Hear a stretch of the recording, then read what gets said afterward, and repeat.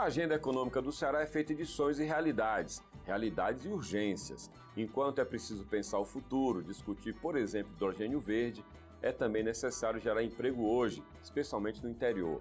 Para conversar sobre o cenário atual e sobre perspectivas, a gente recebe no programa de hoje o economista Célio Fernando Mello. O programa do Anuário já está no ar. Célio Fernando Bezerra Mello passou pelo governo. Ele foi secretário executivo da Casa Civil, tocando em larga medida a agenda do governo para o hidrogênio verde. Ele segue à frente da BFA, que agora, com uma fusão, se tornou Asto-BFA e foi determinante para conteúdos do Anuário do Ceará. Os técnicos da Asto-BFA, por exemplo, trabalharam os conteúdos da economia do Ceará, das finanças da capital e da infraestrutura. E é com o Célio Fernando que a gente conversa agora. Célio, bem-vindo, obrigado por aceitar o convite. Obrigado mais uma vez, Célio. Essa parceria tem sido muito virtuosa. Sim, certamente. É importantíssimo para o Anuário ter a BFA, a Asto-BFA agora, porque é uma leitura muito técnica, não é muito específica e é muito bom ter vocês fazendo esse trabalho. E a primeira pergunta, Célio, é de leitura de cenário. Estamos falando de um governo do Ceará que tem um legado, lá desde os anos 1980, de ser um governo que opera no azul, desde aquela época do ajuste fiscal do primeiro governo Tasso.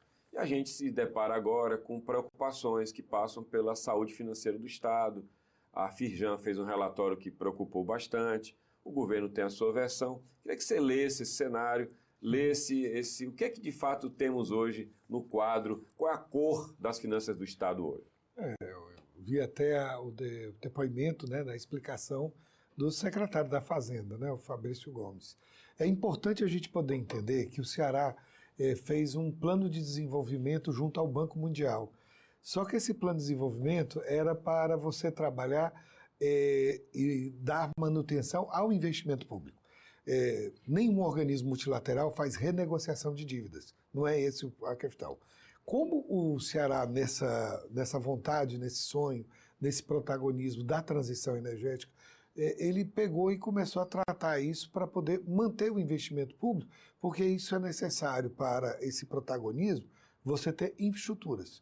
Então, como manter isso? Então, foi discutido com o Banco Mundial um plano, que se chama Reestruturação Econômica e Fiscal para o desenvolvimento da transição energética. É nesse caso, nesse momento, é que você reestrutura a parte econômica fiscal do Estado e você tem um ganho até, porque as taxas de juros são menores do que alguns empréstimos. Acho que a economia do Estado do Ceará foi de algo em torno de 700 milhões, isso num volume de recursos de 2,6 bi. Só vou falar nessa ponta aí, porque pude participar, apoiando, obviamente, ao Estado nessa situação, e é muito interessante, porque às vezes você coloca, olha, qual o espaço fiscal foi pedido ao Tesouro, E, de repente, é porque quando você vai fazer um pedido e isso não pega limite, porque eu estou trocando dívida para melhorar a questão do investimento público, aí você levanta essa questão.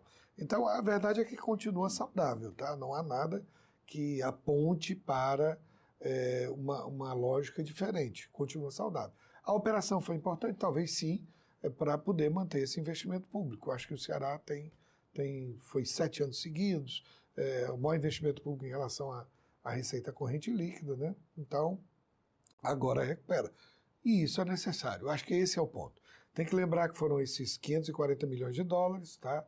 Que foram até em moeda em ien, tá? Baseado aí em alguns estudos que o governo fez. Nós temos aí também uma solicitação que ocorreu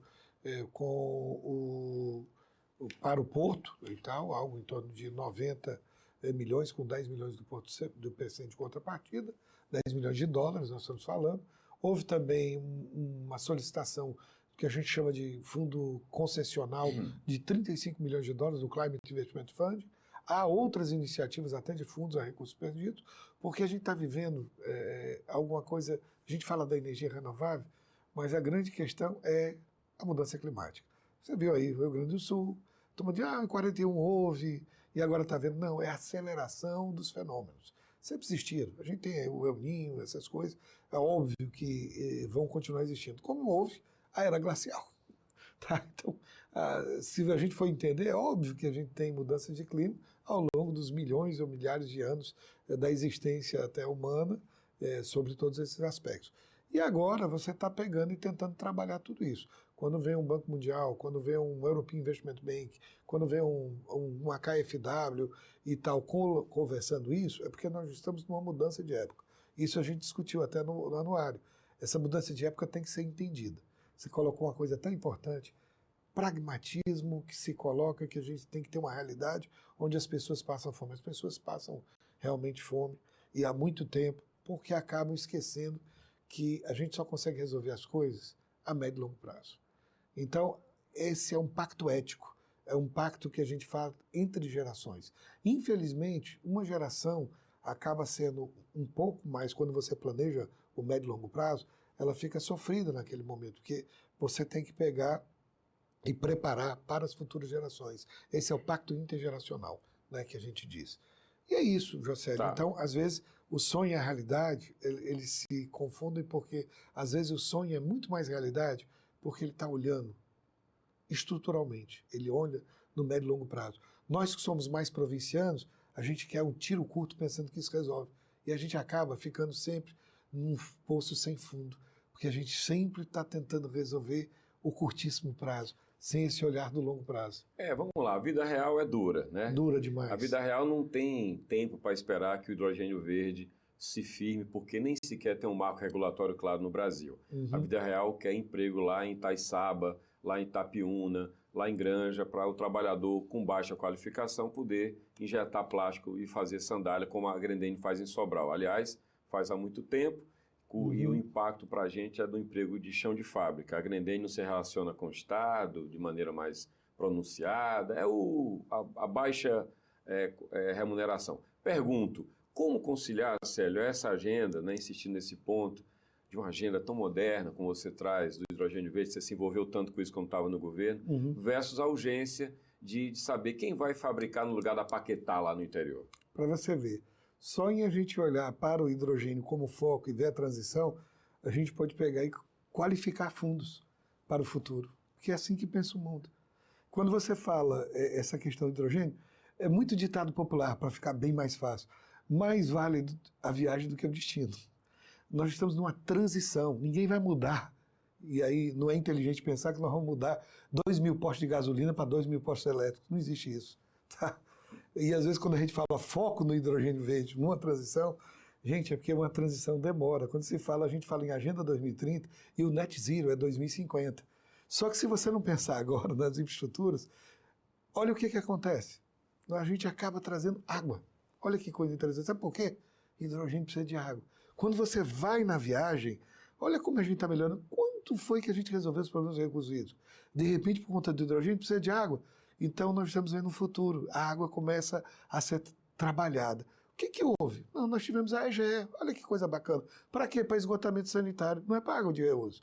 Mas quando você tem um esgotamento sanitário, você tem duas vertentes, que aí tem que pensar estruturalmente.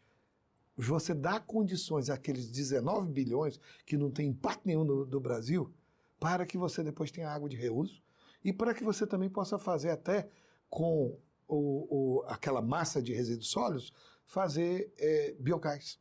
Olha que interessante. E aí, isso existe? É realidade, José. O Ceará estava com 15% de blend, de mistura de biometano, que é do lixo lá de Caucaia. Isso é verdade, é da Cegás. Isso é realidade. E na hora que você, poxa, eu vou precisar desse gás, vai muito mais. Durante a pandemia, nós chegamos a 55% de biometano. Então, vamos entender. E o biogás? Eu preciso de redes. E olha, se eu tiver hidrogênio verde, poxa, tem que ter dutos. Olha que interessante. E aí, para cada 3 gigas que eu fizer de energias renováveis, essa fotovoltaica e essa ventos, eu posso fazer 1 giga desse hidrogênio que eu posso mandar. Aí você me pergunta, mas isso é importante? Também não. Sabe por quê? Quando eu estou pensando no hidrogênio verde, olha o que eu descubro. E que não é um negócio. Eu recebo uma ligação lá do governo federal dizendo que é estratégico a gente fazer fertilizante, porque nós importamos, Josério, 20 bilhões de dólares ano. E ninguém pensa nisso. 20 bilhões de dólares ano, olha que o nosso orçamento do Ceará é 36. Quando eu estou falando do hidrogênio, não chegamos no hidrogênio, não. O hidrogênio, quando você mistura com nitrogênio, que pode ser uma vertente, vira uma coisa chamada amônia, que com aquele negócio que faz 20 anos que está se procurando lá, que é fosfato, tá certo? Sabe o que a gente tem? O que precisa o Centro-Oeste, que é o celeiro do mundo. As mudanças climáticas levam à questão de segurança alimentar para o mundo. Bilhões de pessoas, nós estamos indo para 10 bilhões de pessoas. E tu já imaginou, se a gente não tiver o fertilizante no Brasil, a gente só fica mercado primário importando? Olha o que é o hidrogênio. Quando eu vejo o hidrogênio de maneira capsulada, eu estou olhando a eólica de 20 anos atrás, que precisou do Proinfa. Quando eu tinha o Grambel fazendo o telefone, eu estou olhando do mesmo jeito, porque não tinha escala para ter telefone. E olha para onde a gente foi. Até em 66, com aquele negócio de Jornada nas Estrelas, eles inventaram um negócio chamado celular. Tá entendendo? Então, as coisas, quando a gente pensa, elas são muito mais longevas do ponto de vista de você estruturar.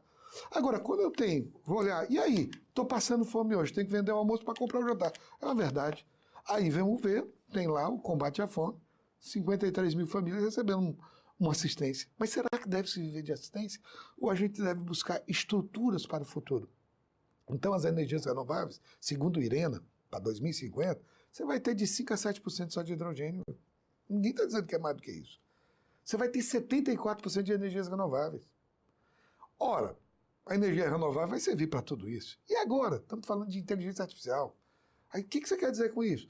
Não, na hora que a gente estava pensando no hidrogênio, de novo a viagem antes de chegar no destino, se começou a ter uma movimentação para mais sites de fotovoltaica, para poder atender essa ambição, né, que é das mudanças climáticas, que é a mudança do fóssil para energias renováveis. A IA está puxando mais o quê? Memória. Data center consome energia. Opa! Quer dizer que então essa energia que vai ter que ser feita renovável não é mais só para hidrogênio? Olha que bom. Ainda bem que a gente pensou nisso, né? Porque veio 20 gigas de Salvador, 13 gigas do Rio Grande do Norte, 10 lá do Piauí, 6 do Ceará. Olha que bacana. Sabe por quê? A gente começou a criar parques nesse sentido. Casa dos Ventos andou falando até que vai investir maciçamente em data centers. O que você está dizendo? Eu estou dizendo que não existe transição energética sem transformação digital. Agora, se eu não pensar, você tem razão, tem nem marco regulatório de offshore, então não vamos fazer nada. Sabe por que a gente não devia fazer nada, José? Porque não tem nem cabo. A gente não produz uma coisa chamada PLC, Power Line Communication. Eu transmito energia de lá do offshore e comunico dados para eu fazer a gestão. Você sabe como é que é feito um site fotovoltaico? Ele é feito num escritório, faço uma sala de situação, tudo por fibramento óptico. Opa, o que você está dizendo? Estou dizendo que ainda vem mais isso, conectividade. E por quê? Quando eu estou falando do hidrogênio, quando vem essa conectividade toda, eu estou ajudando um empreendedor digital, estou chegando em quem é mais vulnerável, estou trazendo a internet para as escolas, estou fazendo tudo isso. Por quê? Porque é interessante desenvolver o nosso subdesenvolvimento digital para um outro patamar. Isso vai acontecer? Espero que sim. Mas você vê que o destino está ficando menos importante do que a viagem.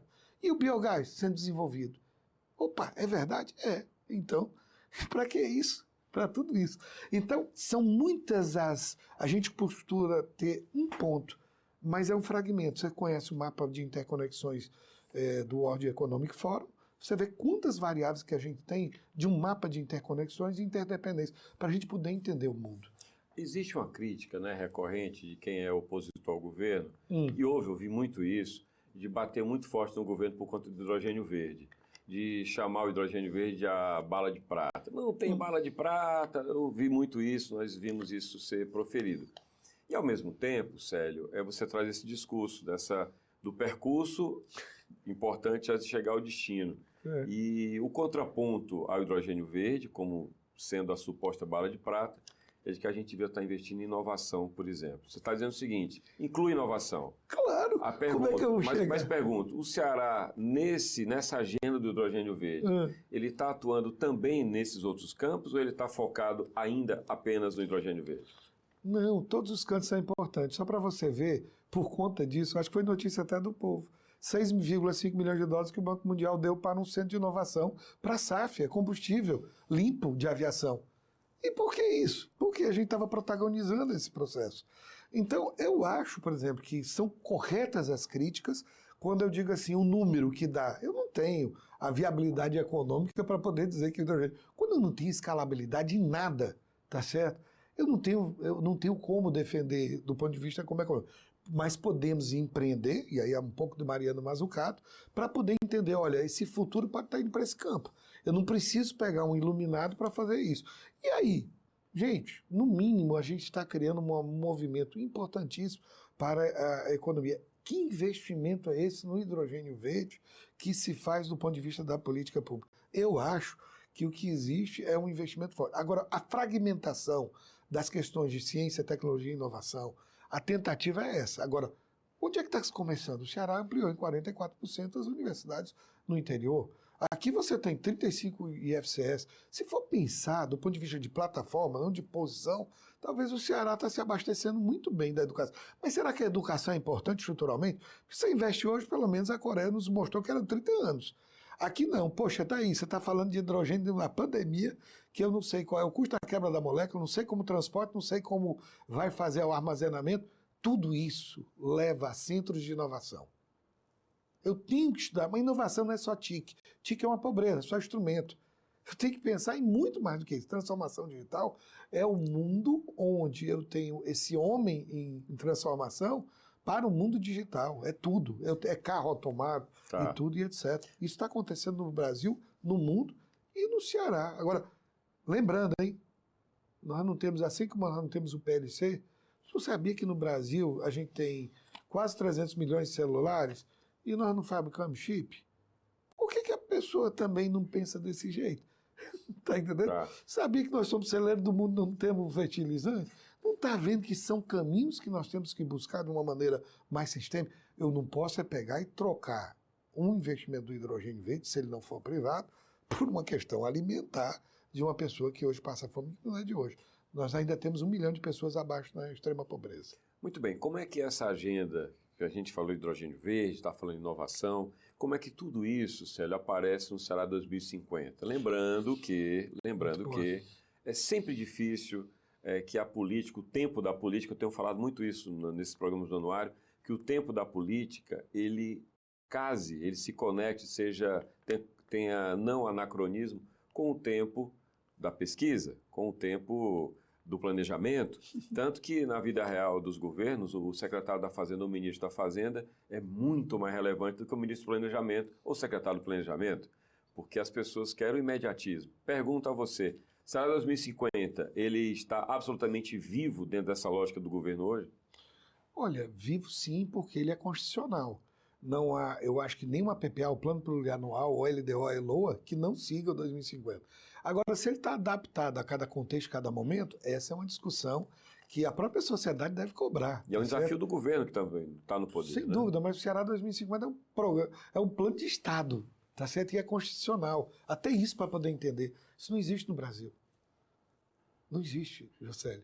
E aí é importantíssimo isso que você fala, porque planejamento, nós temos um sistema político deformado, isso é claro. 2 em 2 anos uma eleição. Nós não temos a governança, nós temos governabilidade, porque nós temos o maior partido aqui, é o partido do centrão, tá entendendo? Não é um partido ideologicamente discutido. Talvez o partido mais liberal seja conservador. Essas discussões que a gente não tem do ponto de vista estruturais e ideológicos é que falham nos discursos, né? Então o que a gente tem? A gente acaba trabalhando ignorância pragmática, que é aquilo que se detém o poder para a síntese, onde você tem um sim ou não, vamos por aqui ou vamos por acolá. Mas você não tem no bom método científico, que é ciência, a tese e a antítese. Que na nossa visão corporativa do mercado de capitais, a gente fala de uma análise SWOT, que é o que? Ameaças e oportunidades, pontos fracos, pontos fortes. Todo mundo faz isso, tá certo? Porque nenhuma empresa vai sobreviver se ela não tiver um olhar no horizonte. Eu não posso tomar uma decisão de curto prazo sem ver o longo prazo. Ah, mas o longo prazo está mudando o tempo todo. Pois então veja qual é o longo prazo que você está fazendo, porque senão se você continua afundando um Estado brasileiro, tomando decisões de curto prazo sem nenhuma conexão com o futuro. Você está falando uma espécie de resposta a quem questiona essa suposta abstração que é o planejamento. Pelo sistema político deformado. Eu tenho eleições de 2 em 2 anos, eu tenho que fazer coisas superficiais. Eu tenho que pegar e ter a síntese. E eu não tenho um diagnóstico. Eu tenho que pegar e dizer, estou fazendo. E quem pensar no futuro, e aí uma luta, tá ruim. Ainda bem que a gente tem que pegar e ter as iluminações de Júlio Verne, né? Porque esse negócio do hidrogênio, gente, é tão antigo. É de 1874, Ilha Misteriosa. Quando ele diz assim, vamos transformar o carvão, vai ser mudado pela água. Porque vai ter um dia que a eletricidade vai separar o hidrogênio do oxigênio. Isso é 1874.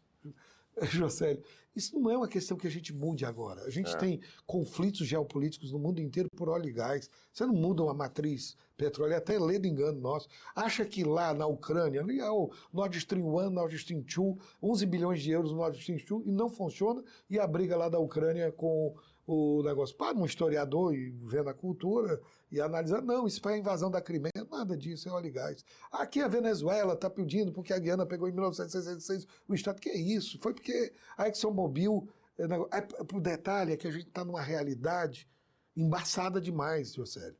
Porque a nossa realidade, na verdade, aí é que eu vou dizer, ela parece muito mais ficção. Ela é uma narrativa equivocada do que realmente a gente precisa nesse país. A falta de a visão do estadista. Esse é que vai alterar esse processo. Ainda bem, a gente quando olha o anuário, olha quantos dados e informações que podem ser usadas para políticas públicas. A gente vê isso no anuário, a gente vê isso. Puxa, estão tentando aí fazer o quê? 20, 30 anos? Isso é uma bobagem, já keynesiano, no futuro todos estaremos... Gente, não é assim. Se você não pensar no seu filho, se você não pensar na aposentadoria, isso é para a empresa, é para uma família, é para tudo. Onde é que vai estar o seu filho na faculdade? Quando ele nasce, você já tem que estar pensando, poxa, meu filho vai estudar durante quanto? 11, 12, 13, 15 anos. E a gente faz como? No dia a dia? Tem eleição. Opa, como é que vai? Quais são os grupos de interesse? Quais são os interesses políticos partidários? A governabilidade que eu tenho que ter para um sistema político deformado acaba com a governança, que acaba com essa ética, que é o pacto entre as gerações. E aí vem qualquer discurso, qualquer coisa que a coisa dizer, está valendo. Está valendo também o que eu digo. Então, se o cara está certo, eu estou certo. A narrativa do mais forte é quem detém o poder. Célio, vamos lá. A gente está falando de um cenário em que a gente não enxerga, e o público em geral enxerga menos ainda, porque ele não enxerga saída desse cenário maniqueísta, num cenário de extrema direita, extrema esquerda, num cenário em que até o próprio presidente Lula, que sempre foi muito pragmático, sempre foi de centro, cá para nós, mas aí tende a ser cobrado para que seja duro, para que não seja diferente de Bolsonaro, para que seja o lado oposto do bolsonarismo. Traduzindo, o que é que a gente pode ter de esperança, já que você é também um homem que sonha, para que nós saiamos dessa equação? Como é que você enxerga nesse cenário que está posto a saída desse quadro, lembrando que as eleições para a presidência acontecem daqui a 2 anos e na prateleira da política a gente não vê muitas opções no equilíbrio, na prateleira do equilíbrio. Olha, perfeito. Você falou de maniqueísmo, você falou de algumas questões aí que eu acho vitais e importantes, Josélio. Vamos tentar dar uma organizada nesse pensamento. Falei de sistema político deformado e vamos entender o que está acontecendo. A pessoa é cobrada por uma ação de curto prazo, porque nós estamos equivocados, tá certo? E como é que as pessoas vão entender tudo isso? Poxa, é um pouco difícil, mas tem uma coisa assim, a inteligência artificial está chegando. Aí como é que eu faço? Eu vou perder meu emprego? Não, você tem que ter mais conhecimento. Ela pode ser uma ferramenta para você melhorar a qualidade de vida dos homens. Eu tenho que ter a sociedade 5.0. Então, eu vou começando a pensar em outras formas e matrizes do pensamento humano para poder discutir tudo isso. Quando você fala polarização social, você bateu o centro. Era o 4º maior risco global para 2 anos, no ano passado, no relatório de risco global do World Economic Forum, do Fórum Econômico Mundial. Passou a ser o 3º, Josélio. A desinformação, que é o que a gente está vivendo aqui, não é do Brasil. Ela está no mundo, ela é o primeiro lugar no risco global, a desinformação, que é o tal, a gente pode chamar desde o fake news ou a forma como o conhecimento está sendo discutido. Então, nós estamos vivendo uma mudança de época com muitos traumas e muitas crises. Então, quando você fala em polarização social, é Bolsonaro e Lula. É direita ou esquerda? É sectarismo de direita e esquerda? É binário. A gente está voltando a 0 ou 1. Não existe mais aquela dialética, não existe mais o contínuo, não existe mais conjunto sobre conjunto para eu poder pensar. Ou você está do meu lado ou você não está. Eu sou contra o que você pensa, logo você está contra. E aí o que acontece quando eu não tenho diálogo, não tenho a boa diplomacia? O mundo fica nessa situação de extrema dificuldade. São eventos climáticos de um clima de polarização, muito mais do que a tempestade que venha com elevação do nível do mar ou dos rios. Tá certo? Tá. A gente tem que compreender que a gente está evoluindo talvez no pensamento humano. Mas talvez isso seja antropológico até, viu? Eu acho que a gente tem que tentar colocar o seguinte: eu tenho que sair do populismo do lado A ou populismo do lado B. Eu tenho que começar a dizer assim, como é que eu vou resolver o problema de pavimentação da cidade de Fortaleza? Quanto tempo demora? 30, 40 anos, gente. Como é que eu vou resolver o problema do saneamento? Isso é prático.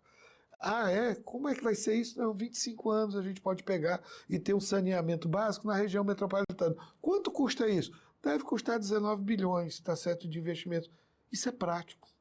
Agora, na hora, ipa, cadê? Como é que eu tenho? Aí eu não tenho obra de contenção, não tenho nada, não cuido dos mangues, não cuido de nada. Aí quando eu vejo, eu só estou a reboque. Sobe o nível do mar, e agora? Enxergo. E agora? E agora? E agora? Isso não é estadista. Você é do setor privado, você teve a experiência em governo. Meu estágio. Eu imagino como deve ser a diferença do tempo do privado para o tempo do público e como é que você lidou com isso. Você tinha uma missão muito clara, traduzindo na Secretaria da Pós-Pandemia. Esperançar. Era isso. Tem que ser. As pessoas não podiam. A saúde mental, por isso a polarização está pior, é no mundo. As pessoas não estão conseguindo refletir de maneira adequada e não querem o debate. E aí o que acontece? Se perdeu, ou você está do meu lado ou não está, e etc. E nesse ponto aí, José, da polarização, você tem que dizer assim, olha, gente, sonhar. Sonhar é viver, gente. Quem não sonhar, morreu. Tá certo? Acreditar em alguma coisa é fundamental. A esperança é que, às vezes, quem tem barriga vazia pega e diz assim, amanhã vai ser um novo dia. Scarlett O'Hara e o vento levou. E aí vai ser. Senão você não muda nada. Agora, sonhar não é ficar por devaneio. É você sonhar para buscar que aquela realidade seja construída. Só para concluir, tem pouquíssimo tempo para acabar, mas falando do âmbito privado, BFA fez uma fusão, agora é Astor BFA, e aí eu pego primeiro saber de você como é que é esse cenário pós-fusão e rapidamente como é que é o cenário de fusões e aquisições hoje no Ceará. Lembrando que o Ceará, com todas as suas adversidades, é um estado de referência na Bolsa de Valores, na B3, com tantas empresas com capital aberto. Isso. Olha, eu acho que o cenário tem sido, só para te dar uma ideia, a ideia de fusões e aquisições, que é onde o Investment Bank trabalha, é o nosso foco em termos de Astor BFA, tem crescido muito. O ano passado, nós tivemos no Brasil 1.499, eu tenho todos esses números na cabeça, porque é o nosso trabalho, 1.499 fusões e aquisições, e 532 foram na área de tecnologia. O que a gente aprende? Na aceleração que está o mundo, eu tenho que ter crescimentos não orgânicos. Se eu ficar na orgânico, eu não crio a escalabilidade na velocidade que o mundo está pedindo. Não dá tempo, né? Não dá. Grupo Soma como Arezo agora para quê? Para poder ter um grande grupo de varejo. E se você não fizer isso com velocidade... E a gente tem estudos, McKinsey 2024, que apontam que o retorno para investidores nesse sentido, para o acionista, ele sobe de forma média 2,3%. Isso é muita coisa. Agora, isso tem que ter proatividade. Eu tenho que ir lá, poxa, quero aumentar minha área geográfica, opa, vou lá e adquiro, antes até de montar. Isso consolida muita coisa, tá? Do outro lado, eu preciso de uma tecnologia. Eu não tinha essa expertise em pesquisa e desenvolvimento. Vou lá e compro alguma coisa. Faço uma joint venture, como a gente fez. Existiam duas expertises. Então, o mundo caminha para cooperação. O nome disso na boa literatura de finanças corporativas são alianças estratégicas, são uma base importante para o crescimento e desenvolvimento sustentável das corporações. Então, isso é o que nós fazemos. E falando assim de governo, eu acho que tinha que aprender e passei um pouquinho do que eu aprendi no mundo privado para o governo. Acho que chegamos a algumas visões interessantes. Acho que governo tem que ter uma visão até de maior longo prazo. Eu acho que a empresa, ela tem ali, como você falou, vamos aqui empregar, gerar renda e tudo, etc. Mas temos que pegar e nos adaptar, não só às mudanças climáticas, mas a um contexto dinâmico de transformação digital que está mudando os modos de produção, emprego e renda no mundo inteiro. E o Ceará, Fortaleza ou o Brasil não estão fora do mundo. É mais isso, Josélio, para dizer o que é o nosso trabalho e excelente a experiência e sempre bom estar com você aqui nessa discussão de anuário e essas provocações assim. E eu acho ótimo, ele diz assim, vamos conversar como se estivesse no nosso almoço. E é por aí. Eu acho que está valendo tudo, da bala de prata, a bala de ouro, ou até uma bala doce para a gente pegar e tentar adocicar um pouquinho e se esperançar. Maravilha. Célio, muito obrigado. Sempre um prazer recebê-lo. Parabéns pelo trabalho da Astro BFA no anuário também. Muito obrigado. Obrigado.